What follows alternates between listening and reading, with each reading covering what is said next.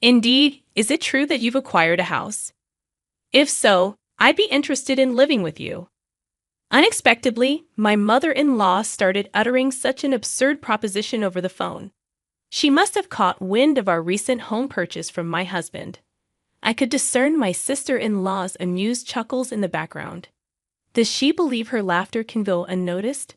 Honestly, I have no desire to reside with my mother-in-law and the others. I thought my husband shared the same sentiment. However, the fact that they've been informed about our new house. Could it be that they're assuming we'll be living together? The idea that my beloved husband might be in cahoots with them fills me with a bit of apprehension. Yet, I have no intention of yielding to their wishes. Are they trying to manipulate me? If that's their game, I'll reverse the roles. Reflecting on all my past tribulations, I'd pledged revenge against them. I am Kate Thompson, 30 years old, working as an ordinary employee at a major financial corporation. I married my husband Joe 3 years ago, and though we don't have children yet, there's a valid reason for that.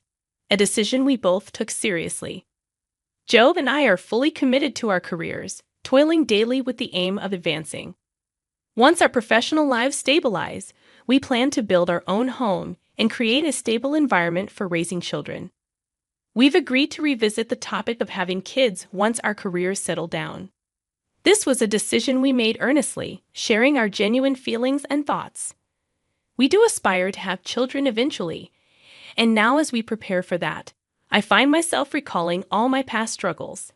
Then one day, I successfully executed a well-planned project at work, and my promotion was officially confirmed.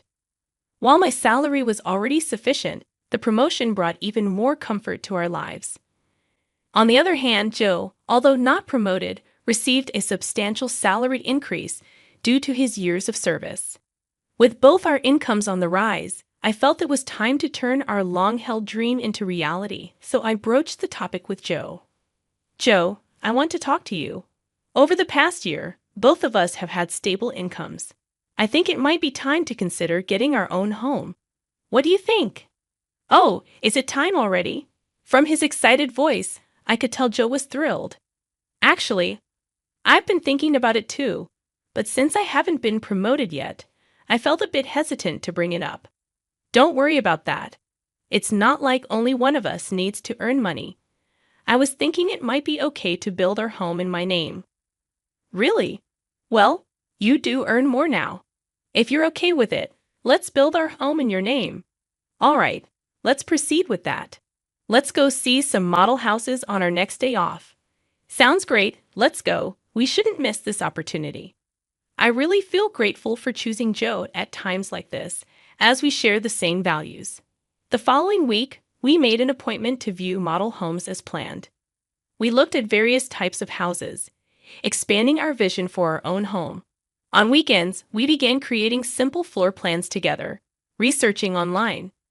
During a recent visit to a construction company, they suggested that instead of leaving everything to them, it's better if we create our own image for a more satisfying home. So Joe and I started building that image. However, neither of us has much knowledge of architecture or design, and even with research, it takes time to put it into practice. While taking breaks, we continued working, and then the doorbell rang. I thought it was a delivery, but when I opened the door, my mother-in-law was standing there, unexpectedly. "Ha, Mother! What brings you here so suddenly like this?"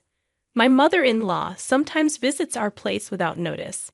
She glared at me and, without a word, took off her shoes and went into the house on her own. I near Joe, surprised by his mother's call, showed a startled reaction. "What's up? Did you have some business around here?" To Joe's question, his mother looked a bit perplexed.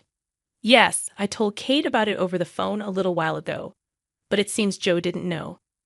"I see. Maybe Kate forgot to tell me. Seems like it, Joe, even though he's still young, has a terrible memory." "That's not true, Mom. It's not forgetfulness. Kate is incredibly busy with work, and at the same time, she takes care of the household. Her mind is always full of things to do. You're such a kind boy, Joe. If your late father were here, he definitely wouldn't have forgiven that. I really respect Kate from the bottom of my heart. So, Mom, Why did you come here today? To Joe's question, his mother smiled contentedly. Then she slowly took out a travel brochure from her bag, spread a page with a post-it note on the table, and showed it. Listen, Joe. I've always wanted to go to Niagara Falls. Won't you take me, please? My mother-in-law began to say such things excitedly out of the blue. Caught off guard by the sudden request, both Joe and I were left staring at her, mouths agape. My mother-in-law, relentless, kept pressing Joe, who was clearly flustered. Come on, Joe, you agree, right? Think of it as a way to show filial piety. Wait a minute, Mom. I'm in trouble if you suddenly say you want to go on a trip. Though you can come too, actually. I was thinking of going with Claire, but if Joe wants to go, I'm delighted to turn it into a family trip. Claire is Joe's sister. What are you talking about? Kate is here, and I can't get time off from work, but it's strange for me to pay for a trip for you and my sister, right? Not strange at all. Spending money for the family is a wonderful thing, don't you think so, Kate? Suddenly turning to me, my mother-in-law sought my agreement. Though shaken, I firmly expressed my opinion to her. Using one's own money for family isn't bad, but I think imposing it on others is different. What do you mean by that? Are you saying I'm trying to extort travel expenses from Joe? I didn't mean to say it in such a harsh way, but listening to you, it sounded like you just wanted us to pay for the trip, Katie. That's terrible. I had no such intention, but you're making me out to be the villain in front of Joe. I'm so shocked. That's not. I didn't mean to call you a villain. I just answered honestly to what was asked. Okay, no need for excuses, Kate. Why are you so heartless? You must not like me, do you?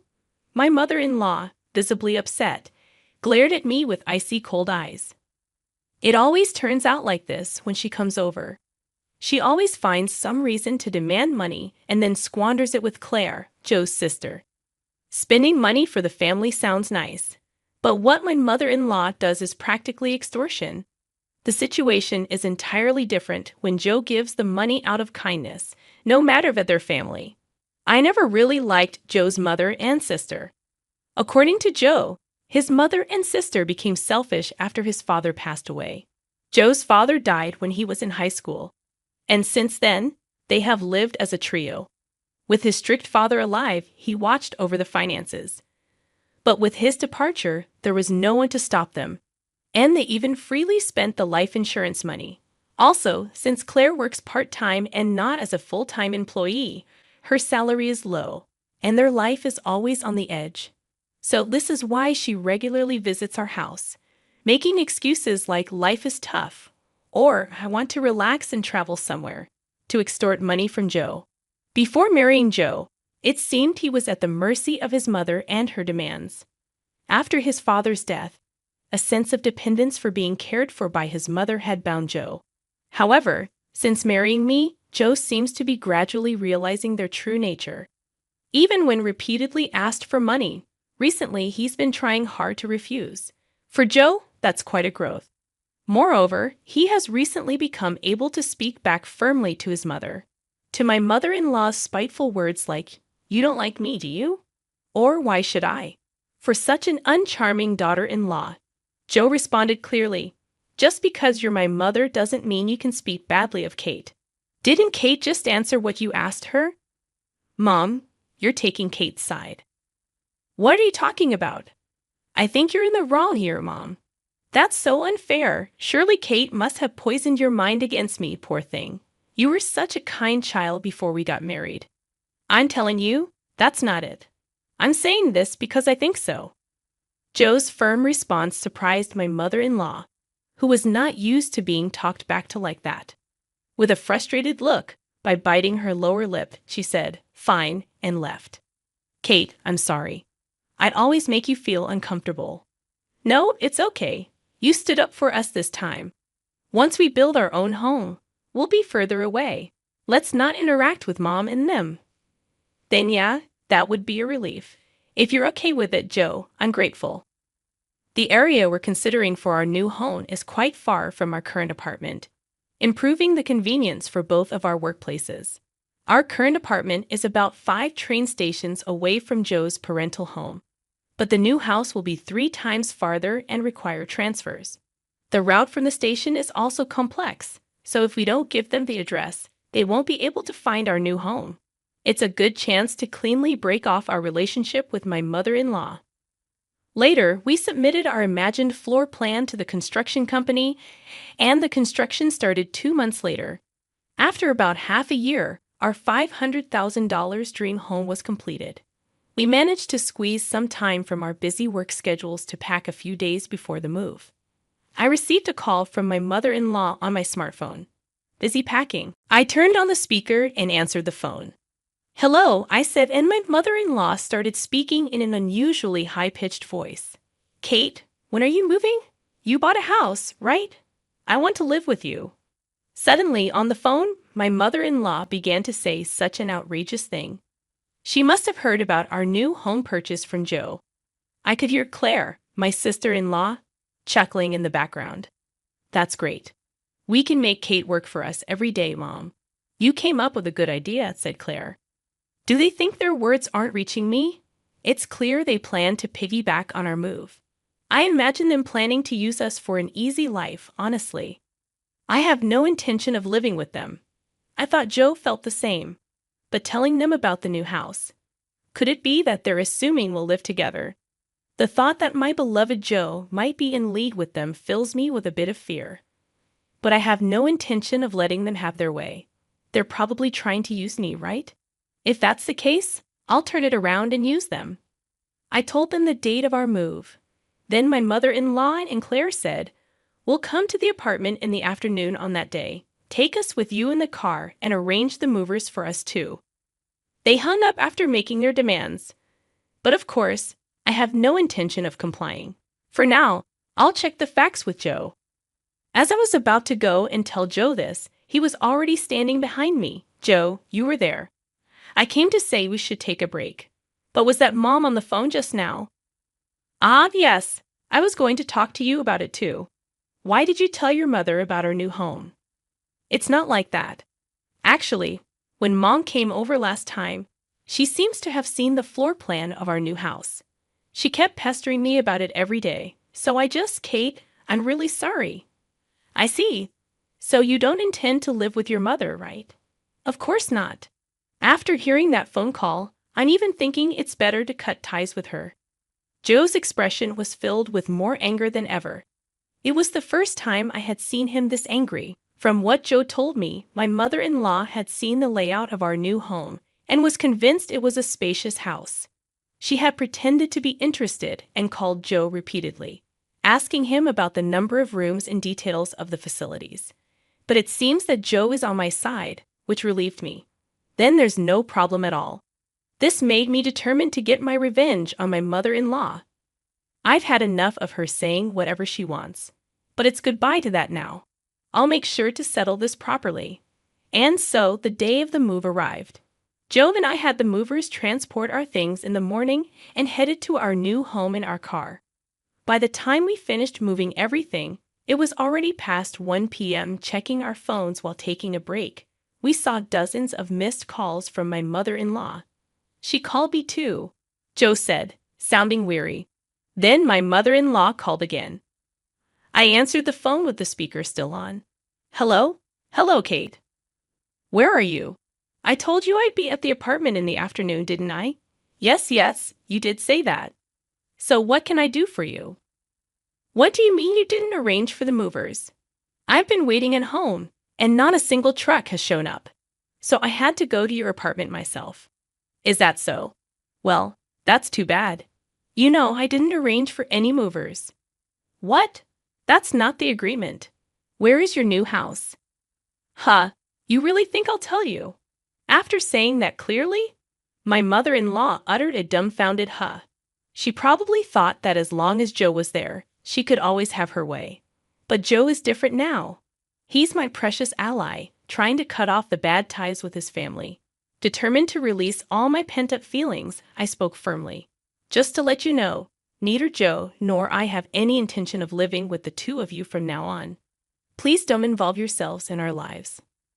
"What are you saying? Your opinion doesn't matter. It's up to Joe to decide." At least tell me where the new house is right now. Huh. How are you going to get here without even knowing the address? This house is in my name. I have the right to decide who lives here. If you two just barge in, it's trespassing, and I'll sue you right away. What? Trespassing? How rude to say that about your husband's family. At that point, Joe spoke up in a deathly cold voice. Family? My father, who was a family member, is already gone, isn't he?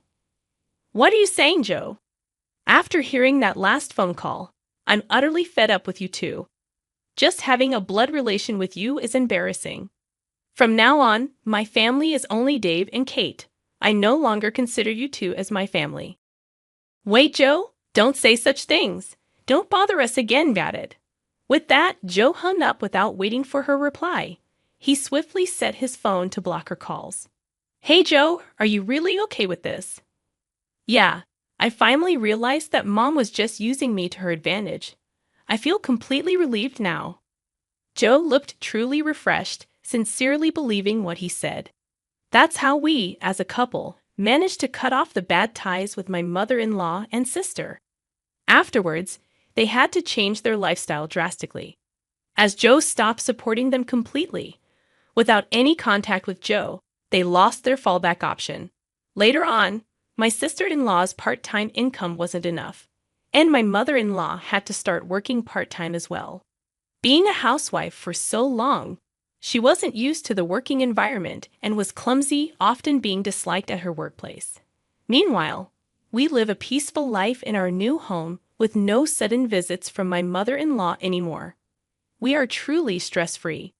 I'm endlessly grateful to Joe for believing in me and cutting ties with his toxic blood relatives. We might face various challenges in the future, but even then, I trust Joe, and we will support each other and walk through life together.